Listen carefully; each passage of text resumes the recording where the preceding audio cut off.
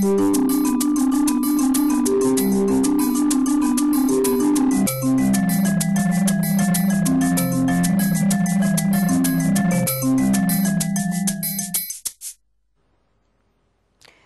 ben ritrovati, nuovo appuntamento con Ore 13, una puntata dedicata alla sanità, una puntata dedicata anzi tutta al femminile, perché si parlerà di chirurgia laparoscopica in ginecologia. Lo faremo con i nostri tre ospiti qua in studio: il dottor Enrico Busato, primario di ostetricia e ginecologia dell'ospedale di Treviso, buongiorno. Buongiorno. Con il Domenico Lagamba, primario di ostetricia e ginecologia dell'ospedale di Montebelluna. Buongiorno. E con Francesco Sinatra, dirigente medico, ostetricia e ginecologia dell'ospedale di Conegliano. Buongiorno. Dunque, una parola che si usa spesso, laparoscopia, però non tutti sanno di che cosa si tratta. Quindi che cos'è un intervento in laparoscopia? Allora, la laparoscopia è una tecnica chirurgica mini-invasiva, appunto laparoscopia perché è affidata al laparoscopio, che è uno strumento essenzialmente a fibre ottiche, che emana quindi una luce alla quale c'è attaccato una telecamera, e questo strumento viene messo nell'addome attraverso una piccola incisione ombelicale o paraombelicale di circa 1 centimetro, dopodiché l'addome viene gonfiato, perché bisogna creare lo spazio chirurgico, perché è vero che ci sono dentro l'addome, c'è la pelvi, i visceri, quindi l'intestino, l'utero, le ovaie, ma non c'è uno spazio chirurgico, per cui bisogna crearlo, e questa creazione avviene mediante l'introduzione in addome della CO2, di anidride carbonica preriscaldata, e questo comporta la visione quindi dell'addome, quindi della pelvi, attraverso quindi questa tecnica. Scusi, quindi una domanda forse banale, ma sono interventi dolorosi questi? Allora, rispetto alla laparotomia sono interventi meno dolorosi, quindi sono più complianti per la paziente, in quanto anche la degenza ospedaliera risulta molto ridotta, e la ripresa quindi della paziente stessa, dell'attività lavorativa della paziente stessa, avviene in minor tempo, per cui questo è un beneficio sia per la paziente stessa e sia anche per la degenza ospedaliera, perché è ridotta, quindi si riducono quindi i costi rispetto alla chirurgia tradizionale. Quindi, no, mi dica pure, l'ho interrotta. Quindi stavo dicendo che si entra con questa cannula, quindi attraverso un'incisione ombelicale, si crea questo spazio operatorio, e poi si praticano altre 2, 3, 4 vie accessorie, che sono dei piccoli taglietti di circa mezzo centimetro che vengono fatti sull'addome, attraverso i quali poi passeranno gli strumenti operatori, che siano delle pinze, che siano delle forbici, che siano degli elettrobisturi o dei diatermocoagulatori. Ecco, sono interventi che si facevano già da tempo, sono recenti questi interventi? Ma diciamo che la tecnica della laparoscopia è stata introdotta negli anni del 60, con la vera standardizzazione della metodica. I primi tentativi risalgono già ai primi del 1800, quando un medico introdusse un primo strumento nell'addome, dove c'era una candela per fare la luce, e dopo poco però è stato radiato dalla facoltà di medicina di Vienna, perché troppo curioso era stato definito ad andare a vedere. Fortunatamente il tutto rimase un po' fermo per un'altra 80 d'anni. Verso la fine del 1800 sono cominciati ulteriori tentativi di vedere, perché molte volte questo tipo, come ha detto il dottor Lagamba, accesso è un accesso minimo, per cui è vero che la metodica è molto meno dolorosa, molto meno invasiva, tanto è vero che rientra nell'ambito appunto della chirurgia mini-invasiva, però diciamo il grosso passo è stato fatto con il medico tedesco Sem nel 1960, che lui ha brevettato uno strumento che serve, come diceva il dottor Gamba, per introdurre questa anidride carbonica, che è un gas che serve per distanziare l'addome dagli organi interni, e soprattutto nel dopoguerra, ecco, l'introduzione delle fibre ottiche, che anche queste sono state inventate perché molti strumenti della ginecologia, ma anche di tutta la medicina, nascono da scoperte che vengono fatte nell'ambito militare. L'ecografia, per esempio, ricordiamo, ecco, il sonar dei sommergibili, anche, come vedremo, ecco, dopo se avremo occasione, anche la robotica nasce, ecco, da questo, ma anche le fibre ottiche nascono da questo tipo, ecco, di scoperte, come anche gli strumenti, ecco, alcuni, quelli che si usa per esempio per la gastroscopia, che sono degli endoscopi flessibili, ma che si usano anche in ginecologia, nascono anche questi per la necessità da parte, ecco, dell'aeronautica militare di andare a controllare le turbine degli aerei. Quindi avevano bisogno di strumenti flessibili, e anche da lì poi, appunto, è stato importato nell'ambito della medicina. Quindi, diciamo, nasce negli anni 60, e la prima isterectomia, cioè l'asportazione dell'utero in laparoscopia, è stata nel 1990 da parte di un collega americano che ha effettuato il primo intervento. Da lì poi c'è stata l'esplosione. E l'evoluzione fino ad ora. Esatto.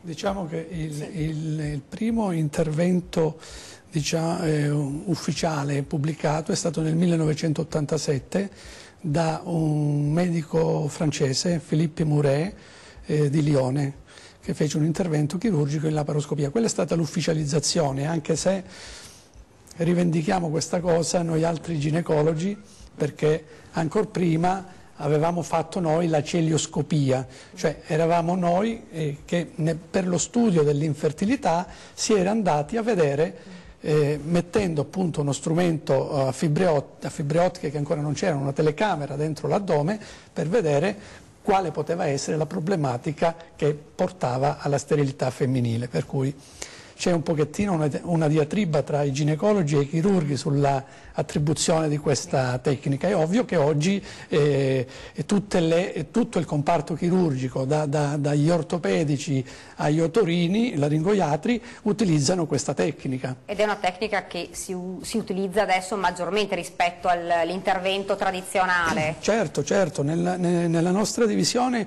il 60% degli interventi chirurgici vengono eseguiti in laparoscopia.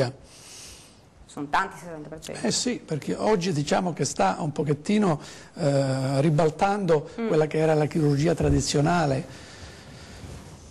Dottor Sinata, una domanda, soprattutto le donne che dicono ci sono problemi, insomma, estetici, proprio una domanda qui che ci fanno su Facebook è: con questa tecnica i vantaggi sono anche estetici, cioè le cicatrici sono meno evidenti? Certo, come un po' abbiamo spiegato, la tecnica proprio che prevede la laparoscopia, attraverso queste incisioni di circa 1 centimetro a livello dell'addome, prevedono sicuramente una guarigione chirurgica sicuramente migliore rispetto a quelle cicatrici che erano abbastanza deturpanti che si facevano anni or sono. Al giorno d'oggi diciamo che la laparoscopia sta piano piano soppiantando quelle che erano le tecniche chirurgiche laparotomiche, tanto che le indicazioni della chirurgia laparoscopica cominciano ad essere previste in tutti gli interventi che si facevano una volta alla chirurgia tradizionale laparotomica. Adesso al giorno d'oggi con la chirurgia laparoscopica possiamo tranquillamente trattare le patologie annessiali, le masse pelviche, e le lesioni che interessano l'utero, sia benigne che maligne, ma anche a tutte quelle situazioni che coinvolgono la statica del pavimento pelvico. Quindi sicuramente è una tecnica che bisogna sicuramente sfruttare e portare avanti. Un attimo solo, c'è la pubblicità, quindi ci fermiamo un attimo e poi parleremo, dottor Busato, proprio di quali sono le patologie che più frequente vengono, insomma, con cui si può utilizzare questo tipo di intervento. Pubblicità, torniamo subito in studio.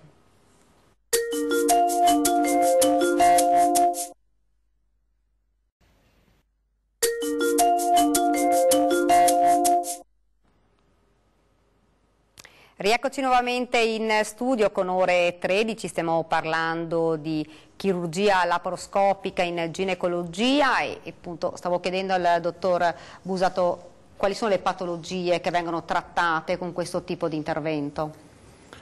Beh, diciamo che attualmente le indicazioni si sono molto allargate rispetto a tempo addietro.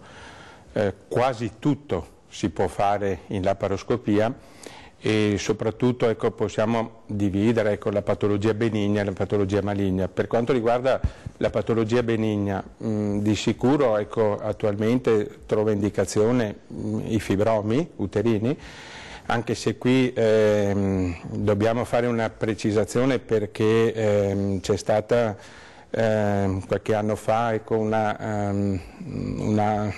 un'allerta data dalla FDA americana, perché c'erano stati dei casi, perché qualcuno si chiederà ma come faccio io attraverso, come è stato detto, delle piccole incisioni di 1 centimetro, di mezzo centimetro, estrarre un fibroma, che tra l'altro anche qui mioma, fibroma, è la stessa cosa, perché qualcuno lo chiama, pensa che sia cosa, ma in realtà è un tumore benigno dell'utero che nasce appunto nel tessuto muscolare uterino, magari di 5, 6 o anche 7 centimetri.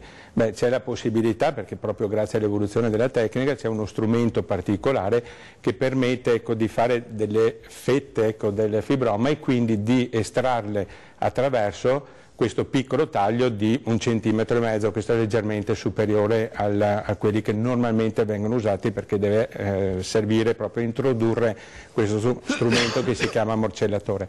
Allora attraverso questa via si tirano fuori queste fettine. Nel fare questo però dei piccoli frammentini di fibroma possono andare nella cavità di qualche millimetro, parliamo, ma c'è stato un caso, 2, che sono stati che i fibromi non erano benigni, ma era una patologia maligna, per cui questi piccoli frammentini che si sono staccati, mentre si faceva questa tecnica di morcellazione, si sono staccati, sono depositati nella cavità e quindi hanno dato luogo poi ad una diffusione della patologia tumorale.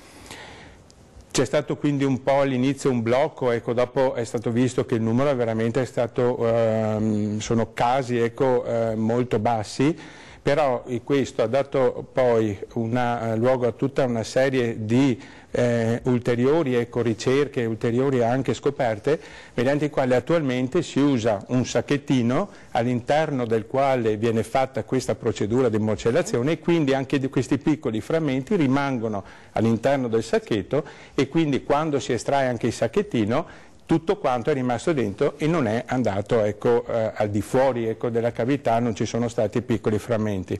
Anche in questo caso, se i fibromi però durante le nostre valutazioni, l'ecografia, e se riteniamo opportuno anche alle volte fare una risonanza che ci dia qualche elemento in più per ipotizzare magari la natura non benigna, a questo punto in questi casi preferiamo fare una piccola incisione sull'addome, tipo quella che viene fatta per un cesareo, per capirci, un po' più piccola, per estrarre il fibroma completo e intero, e quindi in maggiore sicurezza. Quindi in valutazione durante... negli accertamenti di solito. Poi per quanto magari riguarda le altre patologie benigne, magari lascio la parola anche ai colleghi e dopo magari io mi ritorno sulla parte della patologia maligna. Sì, ovviamente oltre alle patologie benigne uterine trattiamo con la laparoscopia tutta la patologia benigna annessiale, cisti ovariche che possono essere di varia natura, perché ci sono delle cisti, per cisti ovariche si intende una formazione che contiene del liquido, ma ci sono anche formazioni cistiche che contengono del sebo, dei capelli che sono i teratomi, o addirittura dei frammenti di dente, e noi riusciamo con questa tecnica a tirar via queste formazioni che sono comunque benigne, trattiamo la patologia benigna, le cisti endometriosiche, che sono comunque benigne, però è una patologia che interessa la donna giovane e che soprattutto è una patologia invalidante, per cui meno impatto dal punto di vista chirurgico si ha e meglio è, perché sono giovani donne che poi dovranno anche procreare, per cui si cerca di togliere queste formazioni cistiche lasciando intatto la parte sana dell'ovaio. Ci sono tante donne che hanno... Purtroppo sì, ed è una patologia purtroppo delle giovani donne. Frequente. E poi ovviamente utilizziamo la laparoscopia per trattare anche le patologie acute delle tube, per esempio le gravidanze extrauterine, quindi vengono trattate con questa tecnica, quindi mini-invasiva, mentre una volta si facevano delle laparotomie che rimanevano purtroppo dei segni cicatriziali che una ragazza si teneva per tutta la vita. Adesso riusciamo a trattare questa patologia eseguendo la salpingectomia, cioè rimuovendo quindi la tuba gravida, e molte volte anche in casi acuti in cui vi è un emoperitoneo, cioè vi è questa tuba che si è rotta, nell'addome si è formata una certa quantità di sangue, e noi riusciamo a rimuoverla senza eseguire il taglio, il classico taglio. Una tecnica questa qua veramente all'avanguardia, perché insomma riduce anche comunque dei rischi della chirurgia. Riduce i rischi, ma soprattutto la paziente il giorno dopo sta bene e torna a casa, le dimettiamo il giorno dopo.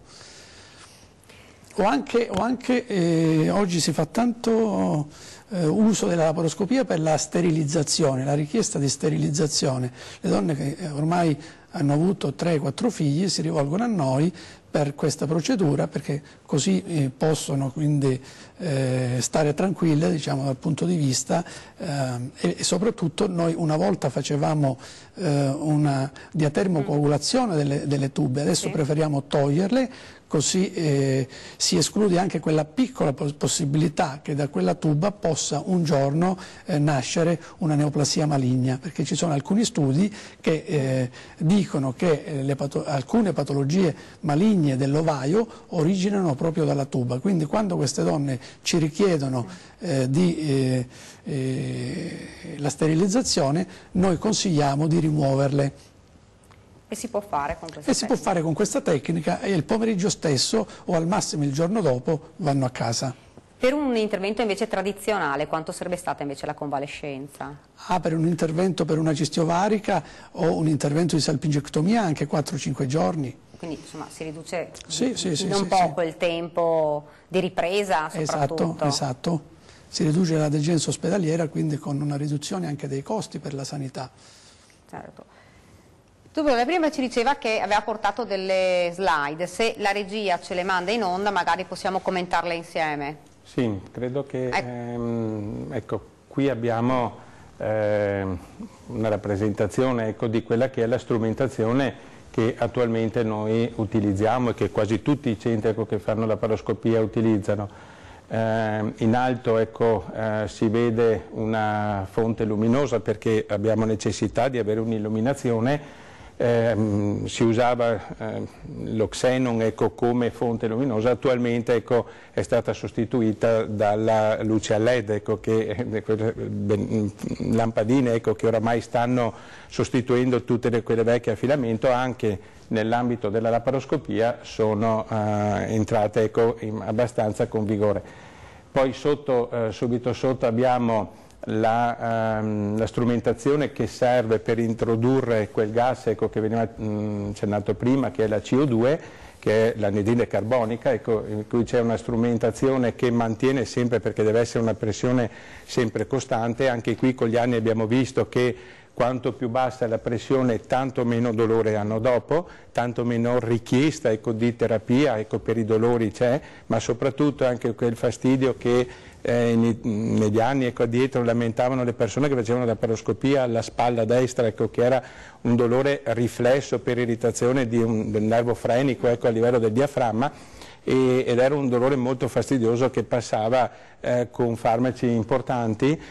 In questo caso lavorare a bassa pressione, questi strumenti ti permettono di erogare sempre un flusso costante, e anche quando si fa uscire, perché c'è la necessità di togliere via il fumo quando si va a coagulare, introducono una quota maggiore di anidride carbonica, ma poi tengono sempre la pressione a livello costante. Quindi rappresentano... Prima stavamo vedendo, questi sono gli strumenti... Esatto, Anche in questo caso c'è stato un grossissimo passo avanti, ecco, della laparoscopia, soprattutto per l'introduzione delle varie forme di energia.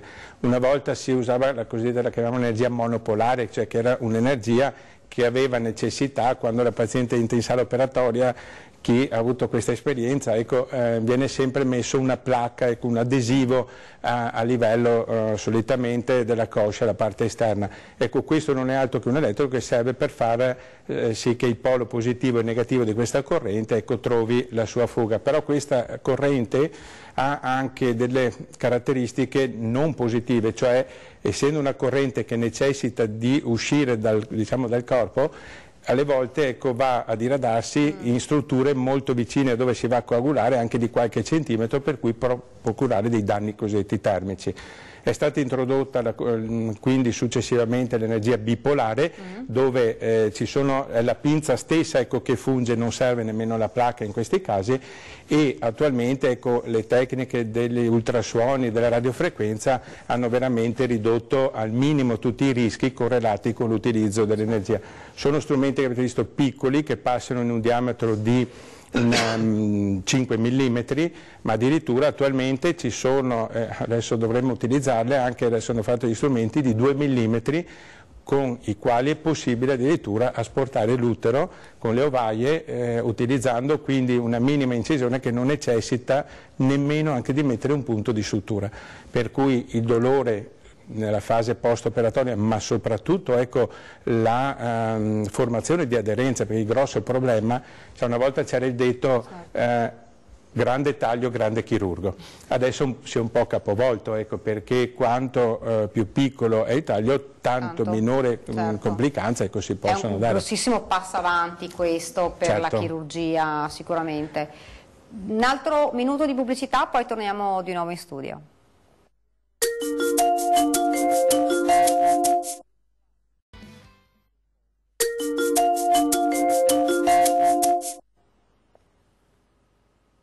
Siamo tornati in studio, ore 13, parliamo con il dottor Sinatra e chiediamo: ci sono dei casi per cui questo tipo di tecnica non può essere eseguita? Sì, ci sono previsti dei casi in cui questa tecnica non può essere prevista, ma bisogna fare qua un passo indietro, mettere la paziente al centro della scena, tra virgolette, e fare il suo bene. Quindi talvolta delle patologie in cui c'è il sospetto di una patologia neoplastica, soprattutto se a livello ovarico, è preferibile non pensare a una tecnica laparoscopica per poterla aggredire. Quindi è importante la paziente che venga studiata prima di portarla in sala operatoria, in modo da capire qual è l'optimum, qual è la cosa migliore da fare per lei. Oltretutto bisogna anche valutare, non tutti gli interventi laparoscopici sono in gradi chirurghi tutti da fare, quindi bisogna scegliere quell'intervento migliore che dà un migliore beneficio per quanto riguarda la paziente, perché la chirurgia laparoscopica sì è una bella tecnica, ma non è in mano a tutti. Bisogna avere un certo training appropriato per poter fare questo genere di tecniche chirurgiche. Le pazienti ve lo chiedono? Beh, oramai sì, ma siamo anche noi a proporlo, ecco, perché giustamente, come il dottor Sinatra diceva, ecco, la laparoscopia non deve essere vista adesso come la soluzione di tutte le patologie ginecologiche, perché ci sono alcune situazioni nelle quali è preferibile sempre la tecnica laparotomica. Si riducono sempre di più, ecco, queste, perché è importante anche l'esperienza, ecco, dell'operatore, però nel momento in cui si fa il colloquio, ecco, con la paziente, noi diamo tutte le possibili, ecco, alternative a livello chirurgico, e quando possibile si attua sempre la via laparoscopica. Ci sono soggetti che non possono magari? Ma diciamo che in linea di massima, ecco, quasi tutti i soggetti possono, anche addirittura le persone obese o le grandi obese, troverebbero un maggior beneficio da una laparoscopia, perché di solito magari dove ci sono anche delle patologie concomitanti, ecco, magari un diabete, e quindi anche le ferite hanno una cicatrizzazione più difficoltosa, o c'è un maggior rischio anche di infezioni, ecco, queste con una laparoscopia magari possono trarre un maggior beneficio. in primis, ecco, proprio per queste pazienti troverebbe indicazioni la laparoscopia robotica, che magari dopo ne parliamo un attimo. Esatto. Ci sono alcune situazioni dove noi le valutiamo assieme anche agli anestesisti, dove anche l'insufflazione, ecco, dell'anidride carbonica, anche se si usano adesso basse pressioni, però potrebbero determinare delle alterazioni alla paziente stessa, per cui in questi casi è preferibile affrontare la via laparotomica, cioè con il taglio, certo. Ecco, diciamo, quando parliamo di laparotomia. Poi, ecco, per parlare di chirurgia mini-invasiva ci sono, ecco, adesso dovremo iniziare, ecco, stiamo un attimo valutando, ma anche i fibromi, per esempio, c'è la possibilità di trattarli con una tecnica per via ecografica, con un aghetto, ecco, si inserisce un ago all'interno del fibroma e si eroga un'energia, radiofrequenza, ecco, la quale comporta la riduzione del fibroma stesso, quindi addirittura ancora meno invasivo. Esattamente.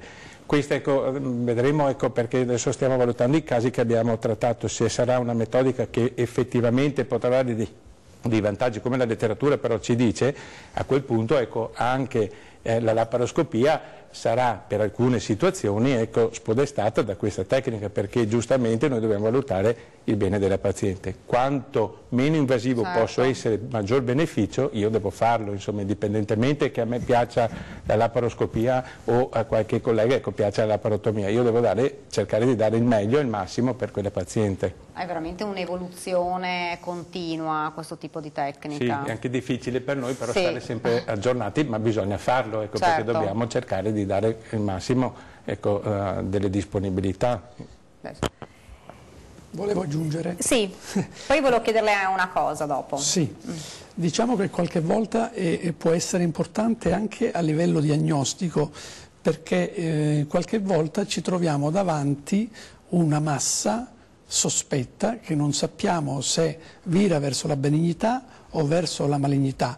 Gli esami strumentali radiologici rimangono anche loro, ci danno anche loro un punto di domanda come la TAC o la risonanza, per cui la laparoscopia diagnostica in quel caso là avrebbe un ruolo, il ruolo di andare a vedere di che tipo di massa si tratta, fare delle biopsie anche minime su questa massa e poi riconsiderare l'intervento che potrà essere eseguito, se la massa è maligna, in un secondo momento per via laparotomica. Mi scusi, dalla laparoscopia diagnostica si può direttamente passare alla laparoscopia invece operativa proprio? Certo, certo, si può avendo, senza magari farlo due volte. Avendo a disposizione anche un anatomopatologo che ti legge quindi il pezzo immediatamente, quindi facendo una estemporanea, la chiamiamo noi, e successivamente si può convertire la laparoscopia in laparotomia e affrontare quella patologia in laparotomia. Ecco, un'altra cosa, l'isteroscopia è la stessa cosa?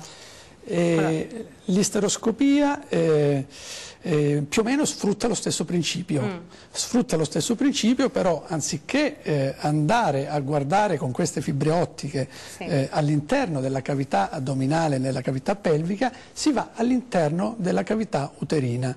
Esiste sempre uno strumento ovviamente più sottile, che solitamente esistono isteroscopi da 2,5 mm fino a 5,5, 5 mm e mezzo diagnostici. Non parliamo di operativo perché c'è la diagnostica, l'isteroscopia diagnostica e l'isteroscopia operativa. Nella diagnostica questi strumenti, quindi molto sottili, ci permettono quindi di accedere quindi attraverso la vagina e il collo dell'utero alla cavità uterina e fare una diagnosi di un polipo o un fibroma che aggetta nella cavità uterina, che può aggettare totalmente o parzialmente nella cavità uterina, o addirittura fare una diagnosi di una neoplasia dell'endometrio mirata, perché una volta che noi entriamo nella cavità uterina con questo strumento, dilattiamo la cavità uterina, perché la cavità uterina è una cavità virtuale, per cui iniettiamo del liquido che è solitamente della soluzione fisiologica,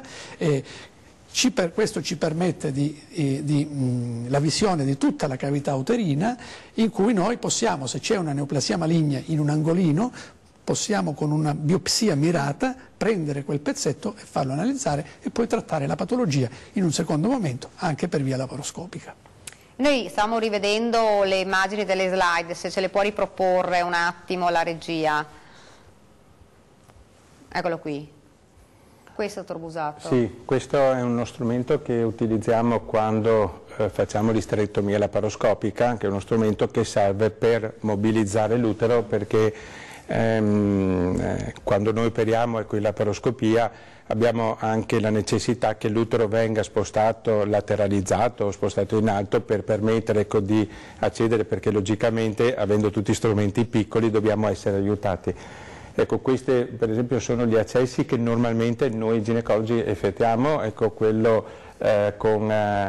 centrale con la X, ecco, diciamo, è il punto, ecco, vicino all'ombelico dove entriamo, che è quello un po' più largo di 1 centimetro, ecco, dove si entra all'interno con questo strumento e lì si mette l'ottica per andare a vedere, e poi abbiamo altre 3 vie, ecco, accessorie che chiamiamo, che sono da mezzo millimetro o addirittura di 3 o 2 millimetri adesso, che servono per introdurre gli strumenti al fine poi di effettuare, ecco, l'intervento. Anche qui vedete, questa è l'introduzione, ecco, del trocar centrale, lo chiamiamo trocar, che sono questi strumenti, ecco, che sono dei piccoli cilindri, per capirci, che all'interno del quale, ecco, si inserisce l'ottica e in quelli più piccoli le varie strumentazioni, perché altrimenti se non avessimo questa protezione andremo a creare dei danni, ecco, nelle strutture, entrando ed uscendo con gli strumenti.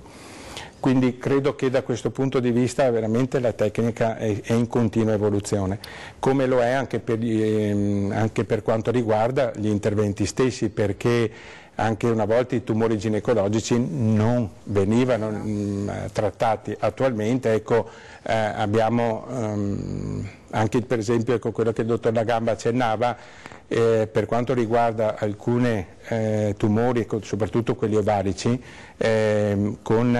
che hanno una stadiazione avanzata, cioè hanno già dato delle metastasi in altre sedi. Per valutare l'operabilità noi facciamo sempre una laparoscopia. In questa laparoscopia andiamo a dare un punteggio, ecco, che ci permette poi, in base al valore, ecco, di dire bene, possiamo operare subito, quindi non facciamoli tornare, oppure è preferibile che in questo caso, ecco, la donna faccia una chemioterapia, magari si chiama neoadjuvante, cioè prima di fare l'intervento, e poi facciamo l'intervento in un secondo momento.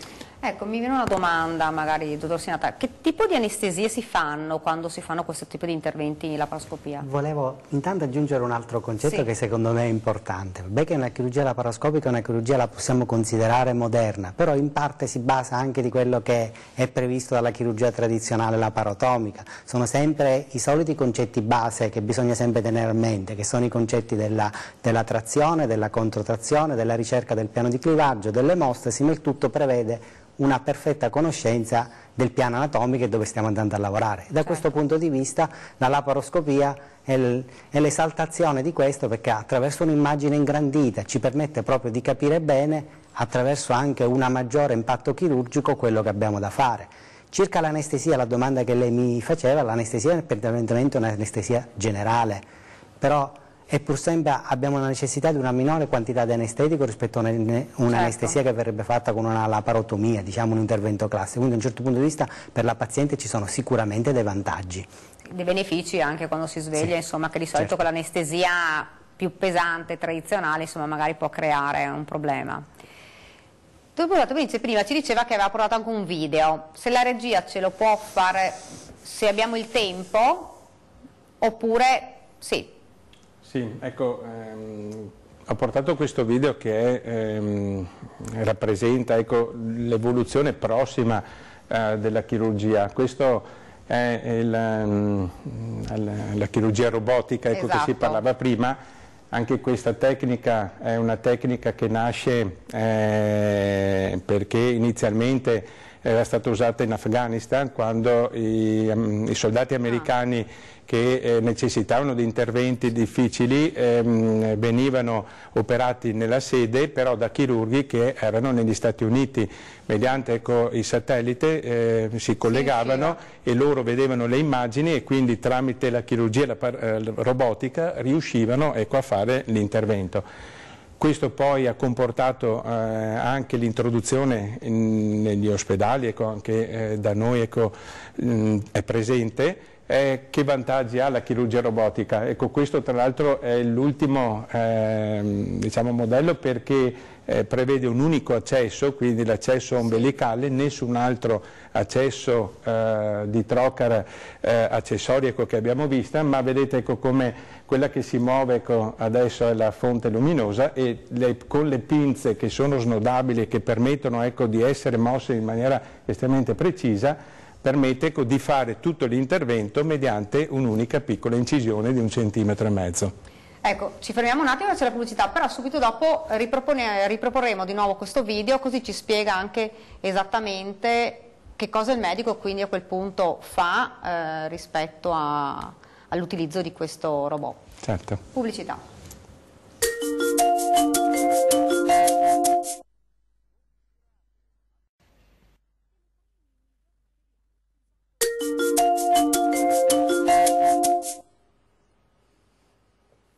Bene, siamo tornati nuovamente, ore 13, stiamo parlando di laparoscopia, ma stiamo parlando anche della chirurgia robotica. Prima stavamo vedendo un filmato, se la regia ce lo rimanda in onda, che così il deputato ci stava spiegando quali sono le competenze del medico rispetto poi a questo tipo di intervento. Beh, intanto voglio precisare che non è un robot che funziona da solo, esatto. Su questo tengo a precisarlo perché molti pensano che chirurgia robotica vuol dire che c'è un computer che fa tutto da solo. Fortunatamente no, perché l'uomo è sempre quello che è il primo che muove questa macchina. Ha un grosso aiuto la robotica, perché? Perché permette intanto di lavorare da seduti, quindi anche da posizione ergonomica, si fa meno fatica, si riesce a fare dei movimenti perché vedete anche muovere quelle braccia, spostarle lateralmente, altro è una cosa che in robotica si riesce a fare abbastanza facilmente, cosa che in laparoscopia non si riesce questo ad effettuare. Oltretutto l'altro aspetto positivo è la visione in 3D, perché si lavora su un visore dove abbiamo anche la profondità di campo, cosa che nella laparoscopia tradizionale normalmente, dico normalmente perché attualmente ci sono anche nell'ambito delle colonne endoscopiche delle colonne che lavorano in 3D, quindi con lo spazio della profondità.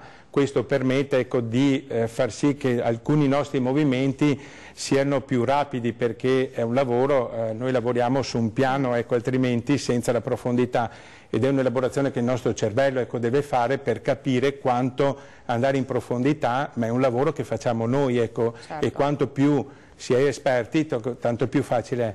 Con la robotica questo è reso estremamente più semplice. Oltretutto anche i movimenti, perché vedete qui con le mani ci sono due anelli che permettono di fare tutti i movimenti del polso, di apertura delle dita, sopra e sotto, e anche di rotazione, cosa che normalmente con la strumentazione normale non viene fatta. In quali casi può essere utilizzata la chirurgia robotica? Beh, in primis diciamo che la chirurgia robotica serve essenzialmente a un vantaggio per l'urologia, perché lavorano su campi con la profondità molto profondi, quindi per loro trova una collocazione ideale. Per quanto riguarda i nostri interventi, non ha senso effettuare una laparoscopia per una cisti ovarica con i robot, perché al di là dei costi, perché ricordiamo che purtroppo è una tecnologia che ha degli alti costi, perché mediamente con intervento solo di materiale che viene utilizzato, perché tutto materiale tra l'altro monouso, ha dei costi elevati che vanno dai 3.500 ai 5.000 euro, quindi anche lì bisogna fare un discernimento, ma non perché non costa e quindi non si deve fare, ma perché in realtà su queste ha poca utilità. Invece... Il caso magari possono essere la patologia oncologica o la patologia, come diceva il dottor Sinata all'inizio, sulla statica pelvica, quando si mettono delle reti protesiche dove lì la profondità, mettere dei punti per fissare le reti protesiche può avere un'utilità maggiore rispetto alla laparoscopia normale.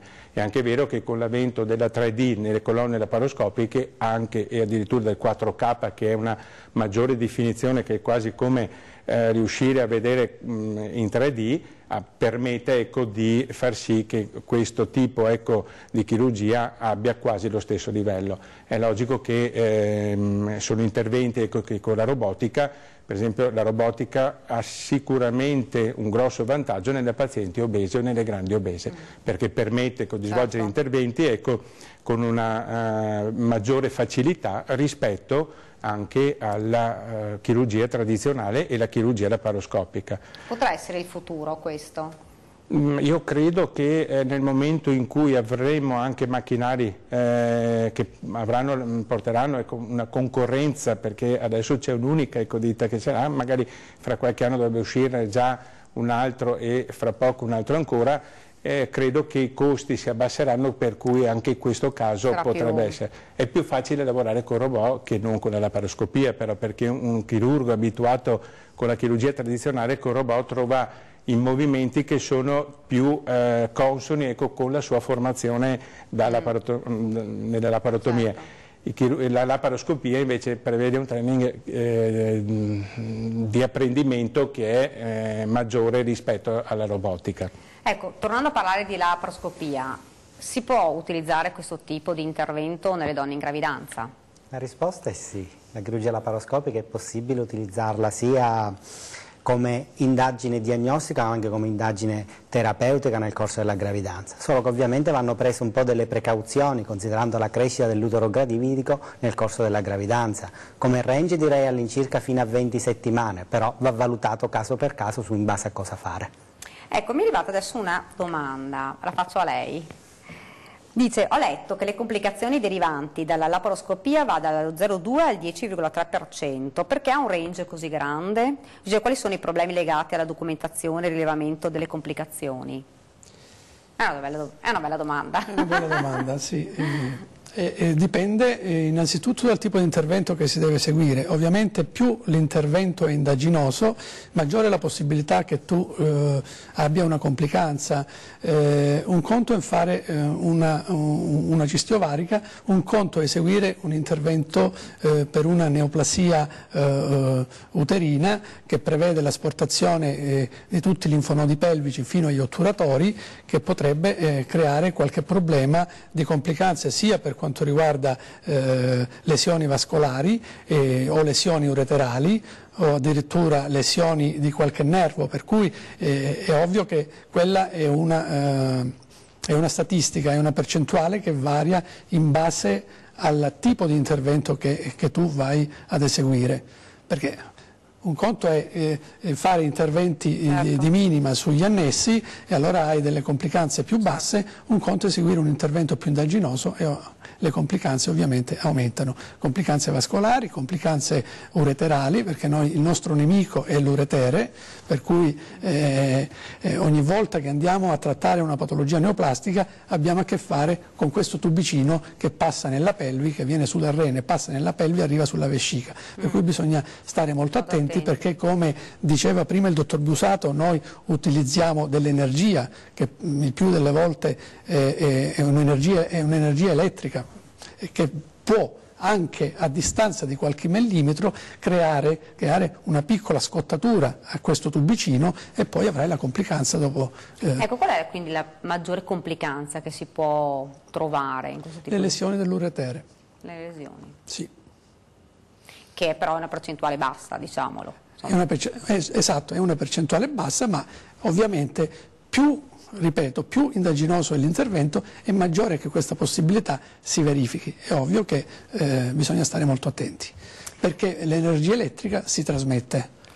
Quindi noi andiamo a coagulare in un posto, anche a 3-4 mm possiamo avere questa energia che si trasmette, quindi se là c'è il nostro nemico lo colpiamo.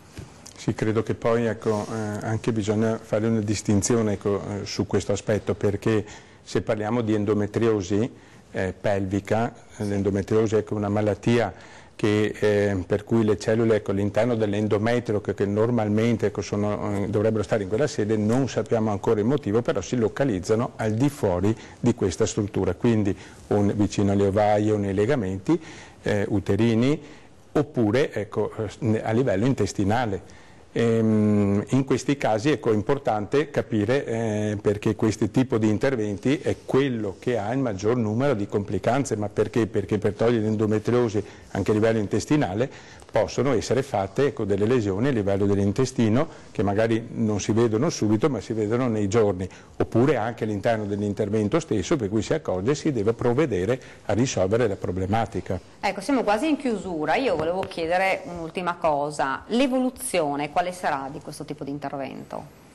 Ma io credo, guardi, una prossima, perché questa la posso dire perché ce l'avremo questa colonna fra poco, agli inizi penso dell'anno, sarà la possibilità di fare gli interventi oncologici mediante l'utilizzo della, si chiama un colorante che è l'indocianina, che permetterà proprio per ridurre quella domanda che aveva fatto l'ascoltatrice, di vedere.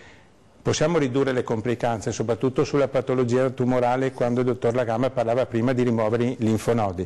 Ebbene, sul tumore dell'endometrio, per esempio, abbiamo già inserito questa procedura dove si andrà a vedere, si inietta questa sostanza sul collo dell'utero prima di fare l'intervento, dopodiché si va a vedere. Questa è una sostanza che si lega sui linfonodi, permetterà, come viene fatto per la mammella, di andare a vedere il linfonodo cosiddetto sentinella, si asporta quel linfonodo e se il linfonodo risulta negativo si fa solo l'asportazione dell'utero e delle ovaie, nel caso in cui il linfonodo risultasse positivo eventualmente si procede con l'asportazione di tutti i vari linfonodi, ma allora in questo caso ridurremo tutte le complicanze, ma lo faremo solo quando c'è effettivamente una necessità. Quindi insomma sempre meno interventi, sempre più meno tecniche, invasività, diciamo. E sempre più tecnica all'avanguardia, e voi dovete stare al passo con purtroppo. Questa nuova... Certo. È il nostro mestiere. Siamo arrivati veramente al termine, grazie davvero per averci intrattenuto, per averci spiegato poi di questi tipi di interventi che sono importanti soprattutto per il mondo femminile che magari